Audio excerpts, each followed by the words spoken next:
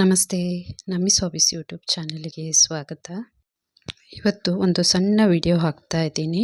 ಏನಂದರೆ ಪೂಜೆಗೆಲ್ಲ ಪ್ರತಿನಿತ್ಯ ಪೂಜೆಗೆ ವೀಳ್ಯದೆಲೆ ಬೇಕಾಗಿರುತ್ತೆ. ಆ ವೀಳ್ಯದೆಲೆಯನ್ನು ಅಂಗಡಿಯಿಂದ ತರಲಿಕ್ಕಿಂತ ನಾವು ಮನೆಯಲ್ಲೇ ಸುಲಭವಾಗಿ ಹೇಗೆ ಬೆಳೆಸ್ಬೋದು, ನಮ್ಮ ದಿನನಿತ್ಯದ ಖರ್ಚಿಗೆ ಅಂದರೆ ದೊಡ್ಡ ಪ್ರಮಾಣದಲ್ಲ, ಸಣ್ಣ ಪ್ರಮಾಣದಲ್ಲಿ ನಮ್ಮ ನಿತ್ಯ ಉಪಯೋಗಕ್ಕೆ ಯಾವ ರೀತಿ ವೀಳ್ಯದೆಲೆನ ನಾವು ಬೆಳೆಸ್ಬೋದು, ಒಂದು ಸಣ್ಣ ಗಿಡದಲ್ಲಿ ಯಾವ ರೀತಿ ಇದು ಮಾಡ್ಬೋದು ಅಂತ ತಿಳಿಸ್ಕೊಡ್ತಾ ಇದ್ದೀನಿ. ಒಂದು ಸಣ್ಣದು ವೀಳ್ಯದೆಲೆ ಗಿಡ ನನಗೊಬ್ಬರು ಕೊಟ್ಟಿದ್ದರು. ಅದನ್ನು ಈಗ ಯಾವ ರೀತಿ ನೆಟ್ಟು ಬೆಳೆಸೋದು ಅಂತ ತಿಳಿಸ್ಕೊಡ್ತಾ ಇದ್ದೀನಿ. ತುಂಬಾ ಸಣ್ಣ ವಿಡಿಯೋ ಇದು, ಹಾಗಾಗಿ ವಿಡಿಯೋನ ಎಲ್ಲೂ ಸ್ಕಿಪ್ ಮಾಡಬೇಡಿ, ಕೊನೆ ತನಕ ವಿಡಿಯೋ ನೋಡಿ. ವಿಡಿಯೋಗೊಂದು ಲೈಕ್ ಮಾಡಿ, ಹಾಗೆ ಆದಷ್ಟು ವಿಡಿಯೋಗೆ ಒಂದು ಕಮೆಂಟ್ ಹಾಕಿ. ತುಂಬಾ ಚಿಕ್ಕದಾಗಿರುವಂಥ ಒಂದು ವೀಳ್ಯದೆಲೆ ಗಿಡವನ್ನು ಕೊಟ್ಟಿದ್ದರು ಒಬ್ಬರು. ಅದನ್ನು ಹೇಗೆ ನೆಡೋದು, ಮತ್ತು ನಮಗೆ ನಾನು ದೊಡ್ಡ ಪ್ರಮಾಣದಲ್ಲಿ ತೋರಿಸ್ತಾ ಇಲ್ಲ, ತೋಟ ಎಲ್ಲ ಮಾಡೋರು ತುಂಬ ದೊಡ್ಡ ಪ್ರಮಾಣದಲ್ಲಿ ಇದನ್ನೆಲ್ಲ ನೆಟ್ಟು ಯಾವ ರೀತಿ ಎಷ್ಟು ಅಡಿ ಹೊಂಡ ತೆಗಿಬೇಕು, ಯಾವ ರೀತಿ ಗೊಬ್ಬರ ಹಾಕಬೇಕು, ಆ ಥರ ಎಲ್ಲ ನನಗೆ ಗೊತ್ತಿಲ್ಲ ಅದು. ಯಾಕಂದರೆ ನಾನು ಸಣ್ಣ ಪ್ರಮಾಣದಲ್ಲಿ ಮನೆಯಲ್ಲೇ ನಮ್ಮ ದಿನನಿತ್ಯದ ಖರ್ಚಿಗೆ ಬೇಕಾಗಿರುವಂಥ ಅಂದರೆ ಪೂಜೆಗೆ ಬೇಕಾಗುವ ವೀಳ್ಯದೆಲೆನ ನಾವು ಹೇಗೆ ನೆಟ್ಟು ಪಡ್ಕೊಳ್ಬೋದು ಅನ್ನೋದ್ರ ಬಗ್ಗೆ ನಾನು ಸಿಂಪಲ್ಲಾಗಿ ಹೇಳ್ಕೊಡ್ತಾ ಇದ್ದೀನಿ ಅಷ್ಟೇ. ಇದಕ್ಕೇನು ಅತಿಯಾದ ನೀರು ಬೇಡ, ಗೊಬ್ಬರ ಬೇಡ, ಆ ರೀತಿ ಏನು ಬೇಡ.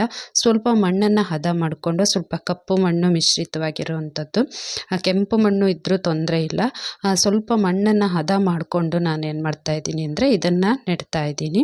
ನೆಟ್ಟು ನೀರು ಹಾಕಿದ್ರಾಯ್ತು. ಬೇಕಿದ್ದರೆ ನೀವು ಇದಕ್ಕೆ ಸಗಣಿ ಗೊಬ್ಬರನೂ ಕೂಡ ಕೊಡ್ಬೋದು. ನಾನು ಹೇಳಿದ್ನೆಲ್ಲ ದೊಡ್ಡ ಪ್ರಮಾಣದಲ್ಲೇ ಮಾಡೋದಾದರೆ ಇದಕ್ಕೆ ಸುಫಲ ಆ ಥರ ಗೊಬ್ಬರಗಳನ್ನೆಲ್ಲ ಕೊಡಬೇಕಾಗತ್ತೆ. ಆದರೆ ಇದನ್ನು ಕೆಲವ್ರು ಅಂದ್ಕೊತಾರೆ ವೀಳ್ಯದೆಲೆಯನ್ನು ನಾವು ಬಳ್ಳಿಯಾಗಿ ಹಬ್ಬಿಸ್ಲಿಕ್ಕೆ ನಮ್ಮ ಮನೇಲಿ ಚಪ್ಪರ ಮಾಡಲಿಕ್ಕೆ ಜಾಗ ಇಲ್ಲ, ಅಥವಾ ತೆಂಗಿನ ಮರ ಅಥವಾ ಅಡಿಕೆ ಮರಕ್ಕೆ ಇದನ್ನು ಹಬ್ಬಿಸ್ಲಿಕ್ಕೆ ಅದೇನೂ ಇಲ್ಲ, ಹೇಗೆ ನಾವು ಬೆಳೆಸೋದು ಅಂತ ಅಂದ್ಕೊತಾರೆ. ಆ ರೀತಿ ಏನೋ ಟೆನ್ಷನ್ ಮಾಡ್ಕೊಳ್ಳೋದು ಬೇಕಾಗಿಲ್ಲ. ನೆಲದಲ್ಲೇ ತುಂಬ ಚೆನ್ನಾಗಿ ಇದು ಹಬ್ಕೊಂಡು ಬೆಳೆಯುತ್ತೆ, ತುಂಬಾ ಒಳ್ಳೆ ಎಲೆಗಳು ಬಿಡುತ್ತೆ, ದಿನನಿತ್ಯದ ಖರ್ಚಿಗೂ ಸಹ ಒಳ್ಳೆ ಉಪಯೋಗ ಆಗುತ್ತೆ. ಹಾಗಾಗಿ ಇದನ್ನು ಸಿಂಪಲ್ಲಾಗಿ ಹೇಗೆ ನೆಡೋದು ಅಂತ ತಿಳಿಸ್ಕೊಡ್ತಾ ಇದ್ದೀನಿ ಅಷ್ಟೇ. ಇಷ್ಟೇ ಸಣ್ಣಕ್ಕೆ ಒಂದು ಎಷ್ಟು ಅಂದರೆ ಒಂದು ಐದಾರು ಇಂಚಷ್ಟು ಹೊಂಡವನ್ನು ತೆಗೆದು ಅದರೊಳಗೆ ಇದನ್ನು ಬೇರು ಸಮೇತ ಹಾಕಿ ನೆಟ್ಟು ಮಣ್ಣು ಮುಚ್ಚಿದ ನಂತರ ಸ್ವಲ್ಪ ನೀರನ್ನು ಹಾಕಿದ್ರಾಯ್ತು. ಗೊಬ್ಬರನೂ ಬೇಕಾದ್ರೂ ಕೊಟ್ಕೊಳ್ಬೋದು. 8 ದಿನದೊಳಗೆ ನೋಡಿ ಎಷ್ಟು ದೊಡ್ಡಕ್ಕಾಗಿದೆ ಗಿಡ. ಇದು ತುಂಬಾ ಚೆನ್ನಾಗಾಗುತ್ತೆ.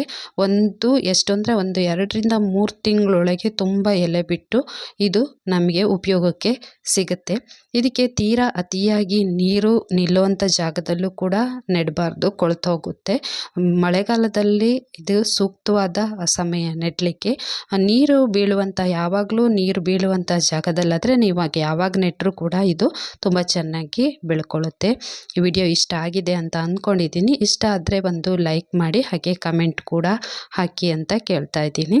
ನಿಮ್ಮೆಲ್ಲರಿಗೂ ಈ ವಿಡಿಯೋ ಇಷ್ಟ ಆಗಿದೆ ಅಂತ ಅಂದ್ಕೊಂಡಿದ್ದೀನಿ. ಹಾಗೆ ಗಾರ್ಡನ್ ಬಗ್ಗೆ ತುಂಬಾ ಒಳ್ಳೊಳ್ಳೆ ಮಾಹಿತಿ ಇರೋ ವಿಡಿಯೋಗಳೆಲ್ಲ ಕೂಡ ನನ್ನ ಚಾನಲಲ್ಲಿದೆ, ಅವೆಲ್ಲವನ್ನು ನೋಡಿ.